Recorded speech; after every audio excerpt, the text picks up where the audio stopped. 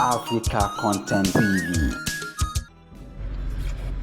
Àyìndé ọmọgbọ́ọ̀lá araba ń bí mi K1 the ultimate. Gbogbo ọ̀rọ̀ tó ń jánilẹ̀ ní ìran yín, gbogbo ní fújì láàkì ilẹ̀ pátápátá. Bá mi Àyìnlá Kọ́lí tí ẹ̀yin mo fẹ́ bá wí. Ẹ jẹ́ á ní sùúrù, ẹ fọwọ́ wọnú. Èmi ò bẹ́ nìkan jà araba ń bí. Saidi mi Òṣùpá o. Ajíbọ́lá Pasuma, Èjìrẹ́ mi Currency, Àlàó Ṣẹ̀fíù, gbogbo yín pátápátá.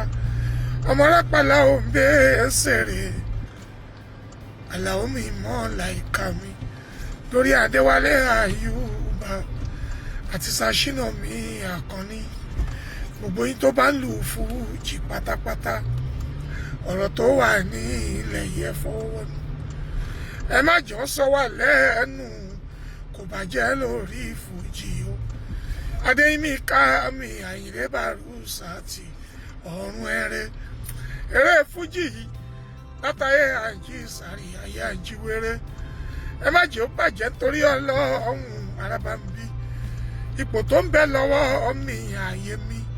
Olúọmọ of Lagos, Máyégún jẹ́ náírà.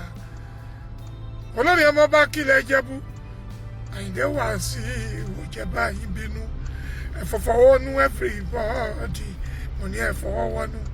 Ìyẹn ọ̀rọ̀ tó wà nílẹ̀ yìí o. Adé orí òkín, bá mi Yẹlú. Kọ́láwọlé ọmọ Akànlọ́jẹ̀, ọmọ lọ́ta lóhùn láwo. Àyìnlá Rásáàkì ẹ̀yìn ni mo rí bá wí. Àgbà ló tó lọ ẹ̀fọ̀wọ́wọ́nú. Olúwa ayé ò ní